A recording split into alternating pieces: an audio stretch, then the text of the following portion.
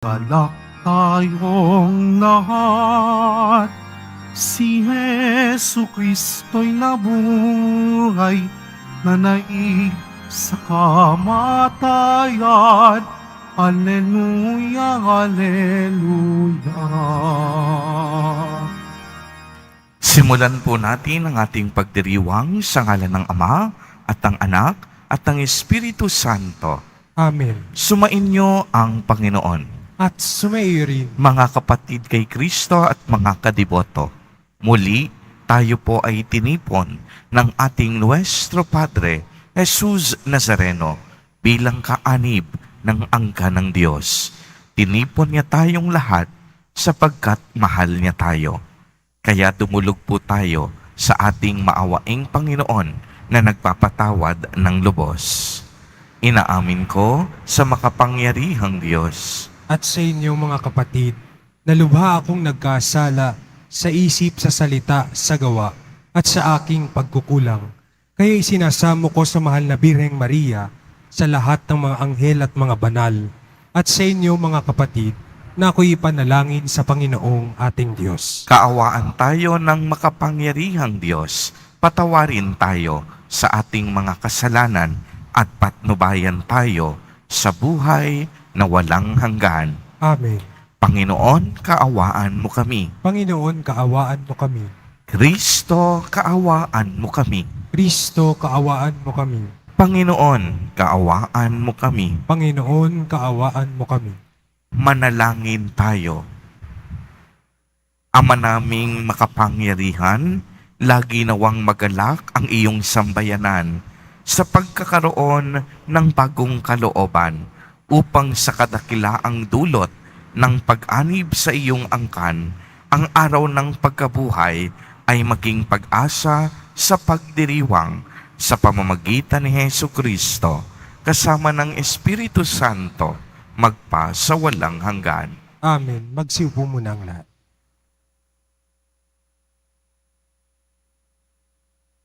Pagbasa mula sa mga gawa ng mga apostol.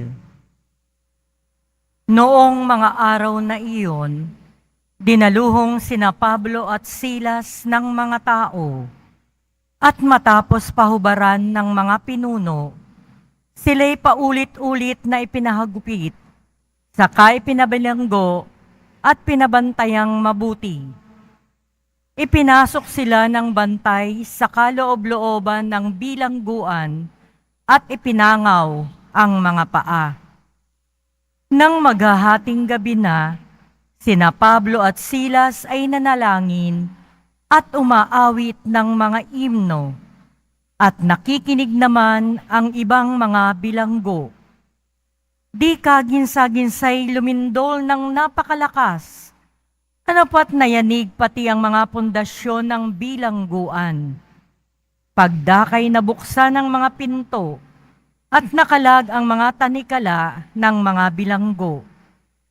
Napabalikwas ang bantay bilangguan, at nang makitang bukas ang mga pinto, hinugot ang kanyang tabak at tangkang magpakamatay sa akalang nakatakas ang mga bilanggo. Ngunit sumigaw si Pablo, "Huwag mong saktan ang iyong sarili. Narito kaming lahat." Humingi ng ilaw ang bantay at patakbong pumasok at nanginginig na nagpatira pa sa harapan ni na Pablo at Silas. Inilabas niya ang mga ito at sinabi, "Mga Ginoo, ano po ang dapat kong gawin upang ako'y maligtas?"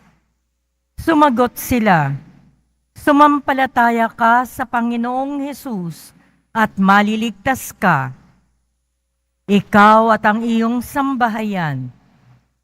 At ang salita ng Panginoon ay pinahayag nila sa kanya at sa lahat ng nasa kanyang bahay. Nang gabi ring iyon, hinugasan ng bantay ang kanilang mga sugat at nagpabinyag siya pati ang buo niyang sambahayan. Pagkatapos, sila'y isinama niya sa kanyang tahanan at hinainan ng pagkain. Galak na galak siya at ang kanyang buong sambahayan, sapagkat sila'y natutong sumampalataya sa Diyos. Ang salita ng Diyos. Salamat sa Diyos. Ligtas ako sa iyong piling, lakas ko'y sa iyo nanggaling. Ligtas ako sa iyong piling, lakas ko'y sa iyo nanggaling. Ako poon buong pusong aawit ng pasalamat. Sa harap ng mga anghel, pupurihin kitang ganap. Sa harap ng iyong templo ay yuyuko at gagalang. Pupurihin kita roon, pupurihin ang iyong ngalan. Ligtas ako sa iyong piling, lakas ko'y sa iyo nanggaling. Dahilan sa pag-ibig mo at sa iyong katapatan, ika'y tunay na dakila, pati iyong kautusan. Noong ako ay tumawag, tinanggap ko ang tugon mo. Sa lakas mong itinulong, ay lumakas agad ako. Ligtas ako sa iyong piling, lakas ko'y sa iyo nanggaling. Nahahandang harapin mo, mapupusok kong kaaway. Ligtas ako sa piling mo, sa lakas na iyong taglay. Yaong mga pangako mo ay handa mong tupding lahat. Ang dahilan nito poon, pag-ibig mo'y di kukupas, at ang mga sinimulang gawain mo'y magaganap. Ligtas ako sa iyong piling, lakas ko'y sa iyo nanggaling. Magsitayo na po ang lahat.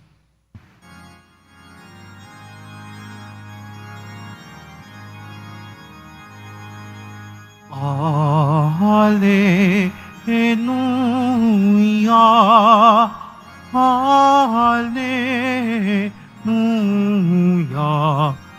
Alleluia,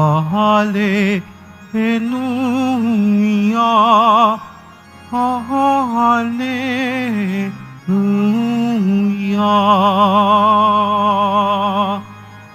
Espiritong isusugo, totoo ang ituturo, pangako ni Kristong Guro. Alleluia, Alleluia, Alleluia,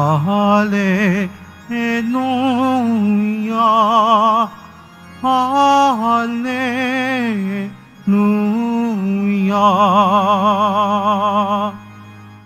Sumainyo ang Panginoon. At sumaiyo rin. Ang mabuting balita ng Panginoon ayon kay San Juan. Papuri sa iyo, Panginoon. Noong panahong iyon, sinabi ni Jesus sa kaniyang mga alagad, "Ngayoy paroroon na ako sa nagsugo sa akin. Wala isa man sa inyong nagtatanong sa akin kung saan ako pupunta. At ngayong sabihin ko sa inyo, natigib kayo ng kalungkutan. Ngunit dapat ninyong malaman ang katotohanan. Ang pag-alis ko'y ikabubuti ninyo, sapagkat hindi paparito sa inyo ang patnubay kung hindi ako aalis. Ngunit kung aalis ako, susuguin ko siya sa inyo. Pagdating niya, ay kaniyang patutunayan sa mga tao sa sanlibutan na mali ang pagkakakilala nila sa kasalanan at ipakikilala niya kung ano ang matuwid at kung ano ang kahatulan. Mali sila tungkol sa kasalanan sapagkat hindi sila nananalig sa akin. Tungkol sa matuwid, sapagkat ako'y paroroon sa Ama at hindi na ninyo makikita. Tungkol sa kahatulan, sapagkat hinatulan na ang pinuno ng sanlibutang ito. Ang mabuting balita ng Panginoon. Pinupuri ka namin, Panginoong Hesukristo. Magsiupo muna ang lahat. Magandang umaga po sa inyong lahat, mga kapatid kay Kristo. Sa lahat po ng ating mga taga-subaybay sa iba't ibang online platforms at sa lahat ng ating mga kadiboto sa iba't ibang panig ng Pilipinas at maging sa buong mundo kung saan tayo ay naaabot ngayon ng ating live streaming. Mapayapang umaga din po sa inyong lahat. Purihin at dakilain natin ang ating Panginoon, ang mahal na poong Jesus Nazareno. Mga kapatid kay Kristo at mga kadiboto, malugod po namin kayong tinatanggap sa Basilica Minor at Pambansang Dambana ni Jesus Nazareno. Tunay nga pong mas nararamdaman na natin sa ating mga pagbasa ang ipagdiriwang natin sa darating na linggo, ang dakilang kapistahan ng pag-akyat sa langit ng ating mahal na poong Jesus Nazareno. Kaya nga, kagaya ng ibinahagi ko kahapon, ang mga ebanghelyo sa linggong ito ay nakaukol sa mga habilin ni Jesus Nazareno. Unti-unti nang nagpapaalam si Jesus Nazareno sa kaniyang mga alagad. Ngunit, tiniyak ng ating Panginoon na hindi mag-iisa at mangungulila ang mga apostol at mga alagad sapagkat isusugo ng Diyos Ama at ng Diyos Anak ang banal na Espiritu Santo. Kaya nga ibinahagi ko rin kahapon, masasabi natin at mapagminilayan natin, tunay ngang walang pagkakataon na iniwan tayo ng ating Panginoon. Kung mapapansin ninyo, sa lumang tipan, ang Diyos Ama ang siyang nakipagtipan sa ating mga ninuno, sa mga propeta, mga taong nauna sa atin. Sa bagong tipan naman, isinugo niya ang kaniyang bugtong na anak, si Jesus Nazareno.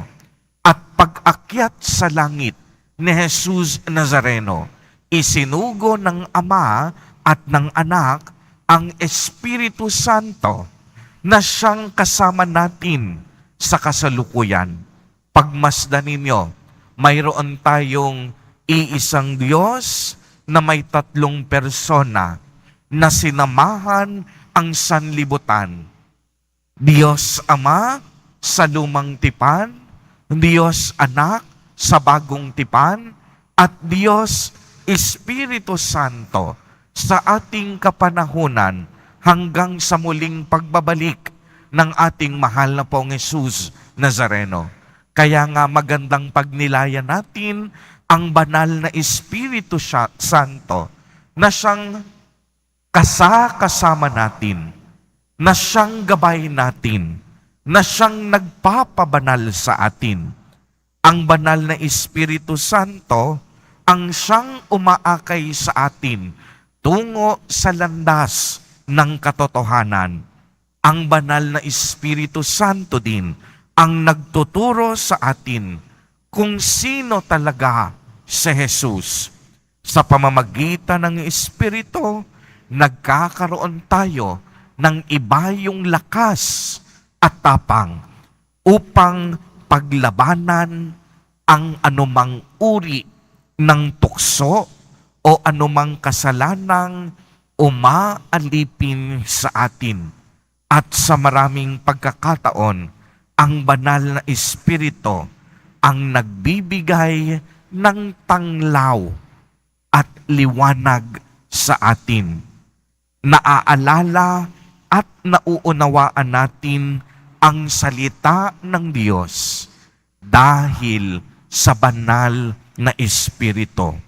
At ang Espiritu rin ang ating buhay pananampalataya na may 7 mahahalagang kaloob upang tayo'y mabigyan ng kakayahang tahakin ang landas ng buhay na puno ng pananampalataya at katapatan sa Diyos.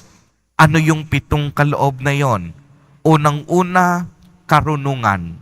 Ang karunungan ang nagdadala sa atin upang maunawaan natin kung ano ang banal na kalooban at kagandahang loob ng Diyos. Ikalawa, pagkaunawa. Ito ang tumutulong upang madama naman natin ang kagandahan ng ating pananampalataya, upang makilala natin kung sino ang Diyos at makilala siya sa kaniyang mga nalikha at kung papaano siya ay kumikilos sa bawat pangyayari at yugto ng ating buhay. Ang ikatlo, kaalaman. Ito ang umaakay sa atin upang matutunan natin kung sino ba tayo bilang mga nilikha ng Diyos, upang mas lalo nating malaman kung papaano natin mapaglilingkuran ang Diyos at kapwa sa araw-araw ng ating buhay. Ika-4, pagpapayo. Ito ang nagbibigay sa atin ng karunungan upang piliin natin ang pinakamagandang paraan kung paano natin maisa sa katuparan at maisa sa buhay ang kalooban ng Diyos. Ika-5, katatagan. Ito ang nagpapalakas sa ating damdamin at nagtutulak sa atin na gawin kung ano ang inuudyok ng pagpapayo na puno ng katapangan at tibay ng loob. Ika-6, kabanalan. Ito ang nagpapanibago ng lahat ng ating mga ginagawa sa mundong ito upang maging matamis, upang maging magaan, at upang maging kaaya-aya tayo, dahil ang bawat isa sa atin, mga anak ng Diyos, na naghahandog at nag-aalay ng buhay para sa Panginoon. At ika-7, ang banal na pagkatakot sa Diyos. Ito ang nagtutulak naman sa atin upang tayo'y lumayo at umiwas sa anumang hindi magandang kaisipan, upang umiwas sa mga mali at masasamang gawain, at upang maiayon natin ang ating buhay ayon na rin sa kalooban ng Diyos. Mga kapatid kay Kristo at mga kadiboto, ito po ang mga kaloob at handog ng banal na Espiritu Santo. Ang banal na Espiritu Santo ang siyang kasama natin sa kasalukuyan. Hindi tayo iniwan ni Jesus Nazareno na nag-iisa. Ito ang kapangyarihan ng banal na Espiritu Santo sa ating buhay bilang ating patnubay upang mas makilala at mas mapalapit tayo sa ating Panginoong Diyos. Ang banal na Espiritu ang siyang nagpapatotoo sa atin tungkol sa katotohanang mahal na mahal tayo ng Diyos. Kaya naman po, ang hamon sa atin, mamuhay sa katotohanan. Mamuhay tayo sa kabutihan, na alam natin na ang Espiritu Santo ay patuloy na gagabay at gagabay sa atin upang maramdaman nating palagi ang buhay na presensya ng Diyos. Amen. Purihin at dakilain natin ang ating Panginoon, ang mahal na poong Jesus Nazareno.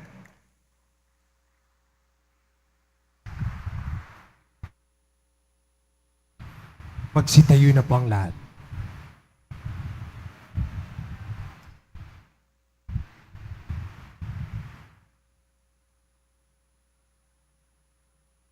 Minamahal kong mga kapatid, bago umakyat sa langit, ipinangako sa atin ni Jesus Nazareno ang isa pang katulong na makakapiling natin tulad niya.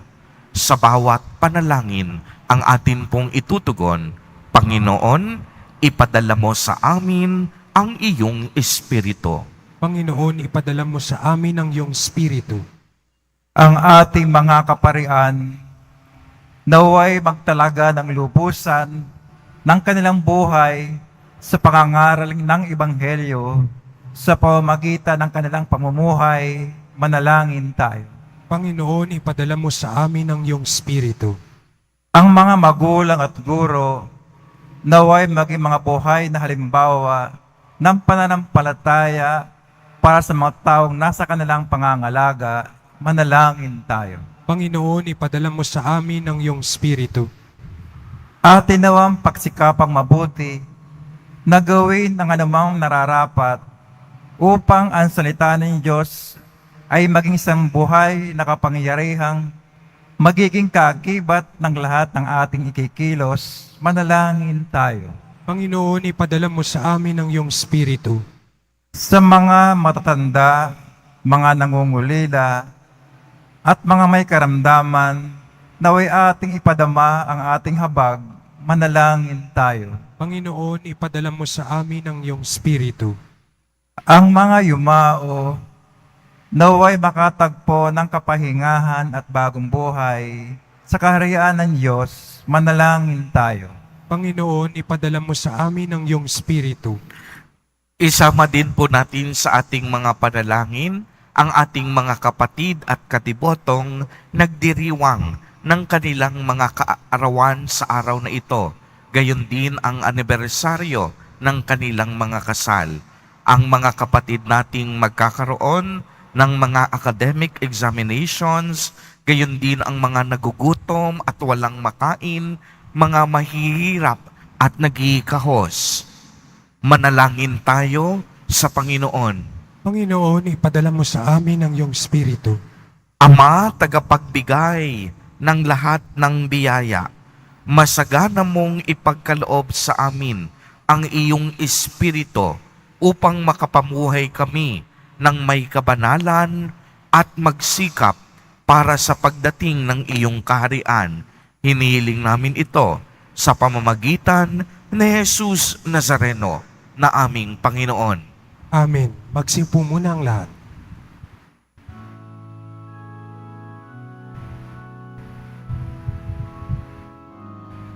Pinupuri kita, Poon, sapagkat ako'y ininigtas. Mga kaaway hindi kuwang matuwa mula sa libingan. Tanggapin mo, O Panginoon, ang alay ng bayang nagdiriwang. Punan mong bigay ang alak at tinapay, handog ng pagkabungay.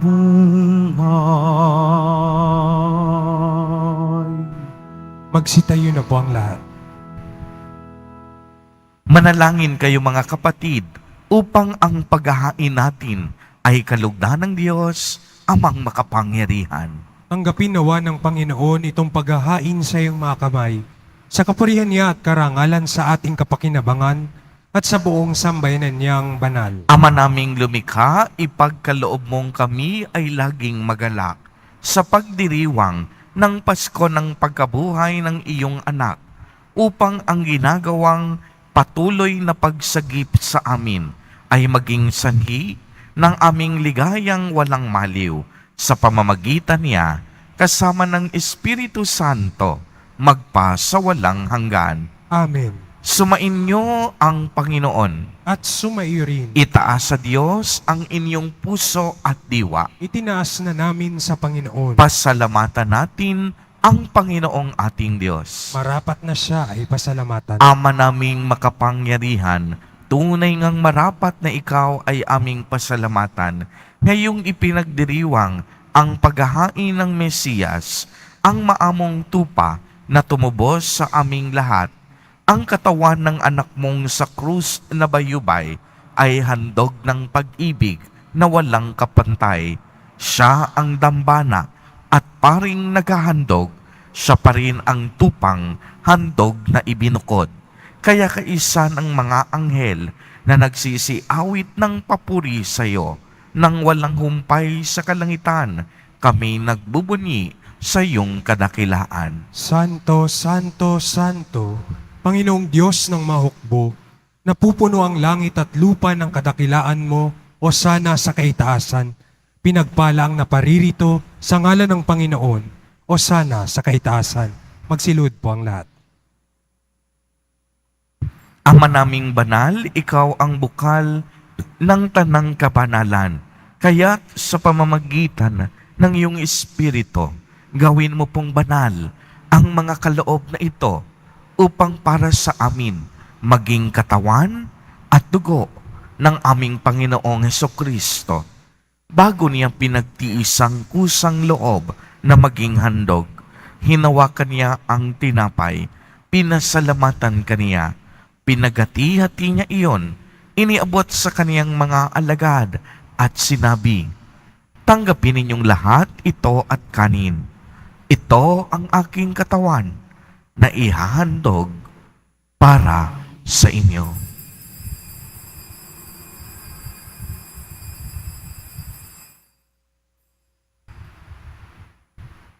Gayon din naman noong matapos ang hapunan, hinawakan niya ang kalis, muli kanyang pinasalamatan, iniabot niya ang kalis sa kaniyang mga alagad at sinabi, "Tanggapin ninyong lahat ito at inumin.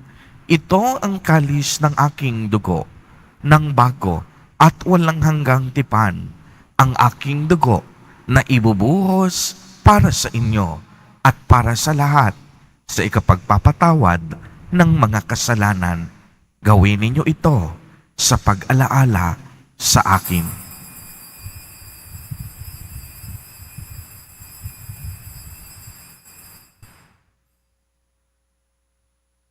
Magsitayo na po ang lahat. Ang misteryo ng pananampalataya. Si Kristo'y namatay, si Kristo'y nabuhay, si Kristo'y babalik sa wakas ng panahon. Ama, ginagawa po namin ngayon ang pag-alaala sa pagkamatay at muling pagkabuhay ng iyong anak. Kaya't iniaalay namin sa iyo ang tinapay na nagbibigay buhay at ang kalis na nagkakaloob ng kaligtasan. Kami po'y nagpapasalamat dahil kami iyong minarapat na tumayo sa harap mo para maglingkod sa iyo. Isinasamo namin na kaming magsasalo-salo sa katawan at dugo ni Kristo ay mabuklod sa pagkakaisa sa pamamagitan ng Espiritu Santo. Ama, lingapin mo po ang iyong simbahang laganap sa buong daigdig. Puspusin mo kami sa pag-ibig kay isa ni Francisco na aming Santo Papa at ni Jose na aming Obispo at ng Tanang Kaparian. Alalahanin mo rin ang mga kapatid naming nahimlay nang may pag-asang sila'y muling mabubuhay. Gayon din ang lahat ng mga pumanaw. Kaawaan mo po sila at patuloyin sa iyong kaliwanagan.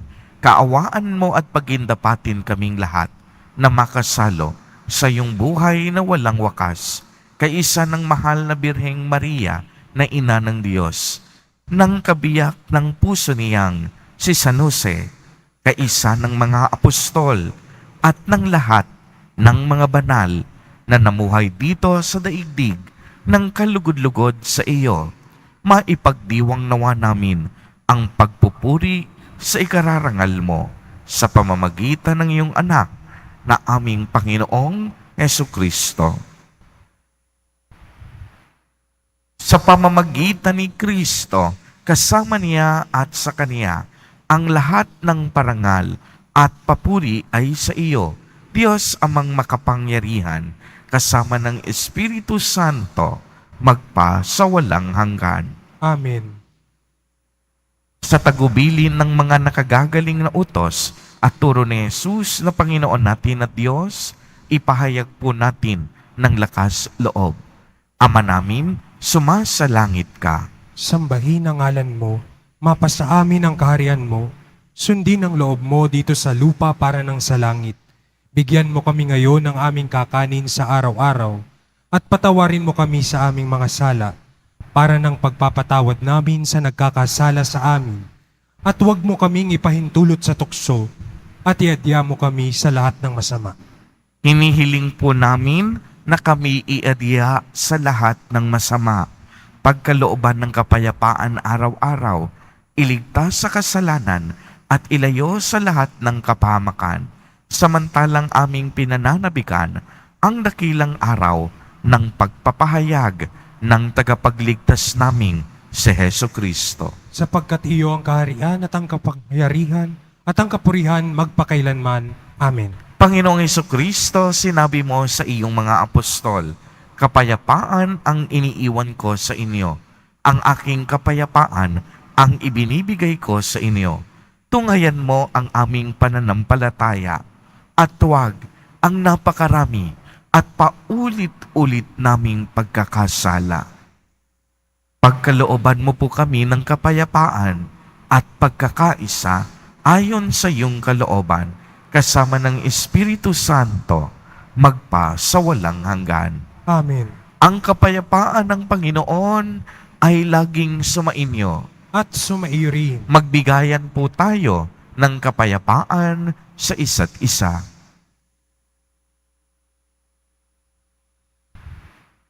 Kordero ng Diyos, na nag-aalis ng mga kasalanan ng sanlibutan, maawa ka sa amin.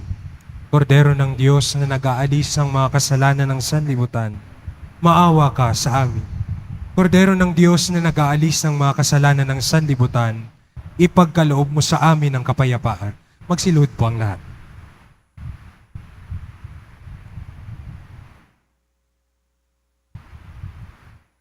Mga kapatid kay Kristo at mga kadiboto, narito po ang ating Nuestro Padre, Jesus Nazareno. Lumapit po tayo sa Kanya at magbalik loob. Siya ang kordero ng Diyos. Siya ang nag-aalis ng mga kasalanan ng sanlibutan. Mapapalad po tayo na inaanyayahan sa Kaniyang piging. Panginoon, hindi ako karapat-dapat na magpatuloy sa iyo, ngunit sa isang salita mo lamang ay gagaling na ako. Ipagsanggalang nawa tayo ng katawan at dugo ni Kristo para sa buhay na walang hanggan. Amen.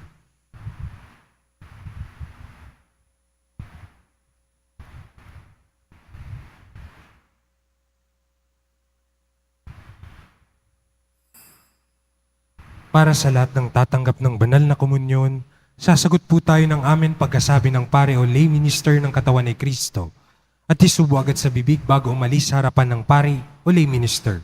Sumunod po tayo.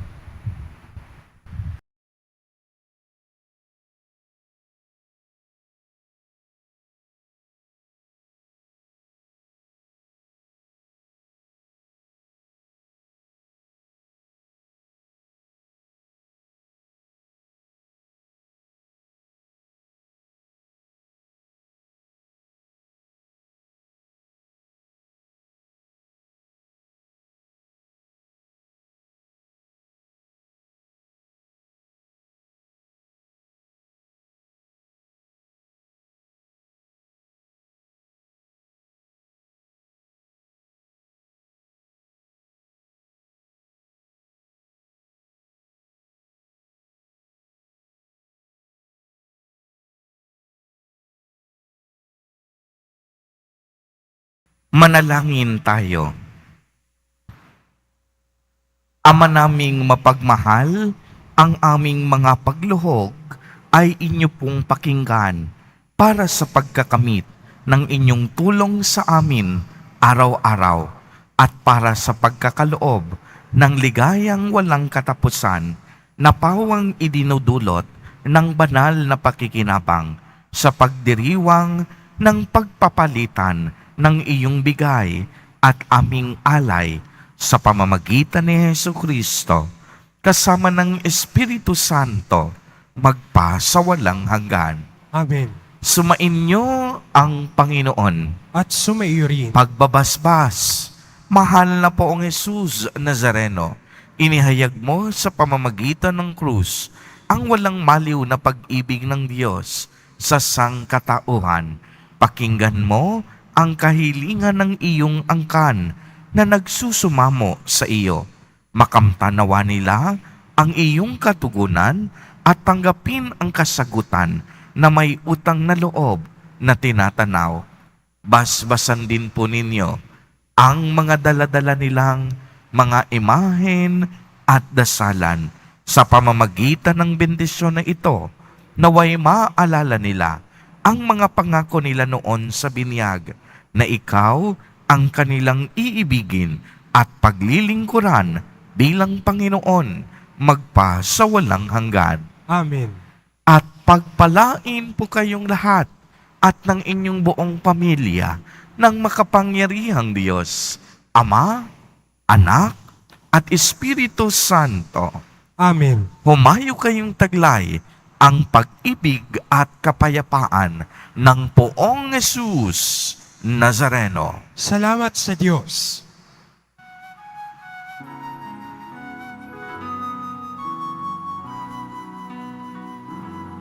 Nuestro Padre Jesus Nazareno, sinasamba ka namin. Pinipintungo ka namin. Aral mo ang aming buhay at kaligtasan. Nuestro Padre Jesus Nazareno, iligtas mo kami sa kasalanan. Ang krus mong kinamatayan ay sagisag ng aming kaligtasan. Nuestro Padre Jesus Nazareno, dinarangal ka na amin. Nuestro Padre Jesus Nazareno, ninunwalhati ka namin.